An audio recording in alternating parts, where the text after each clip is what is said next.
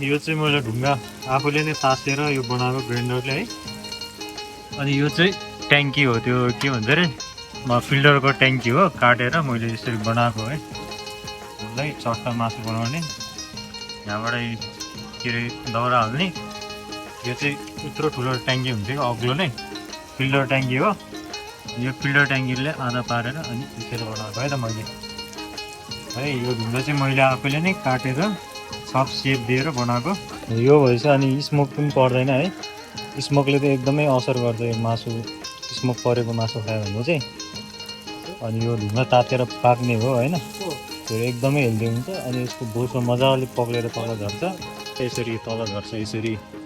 यति धेरै बोसोहरू चाहिँ निस्किन्छ है, एकदमै हेल्दी हुन्छ है यसरी पोलेको मासु चाहिँ है।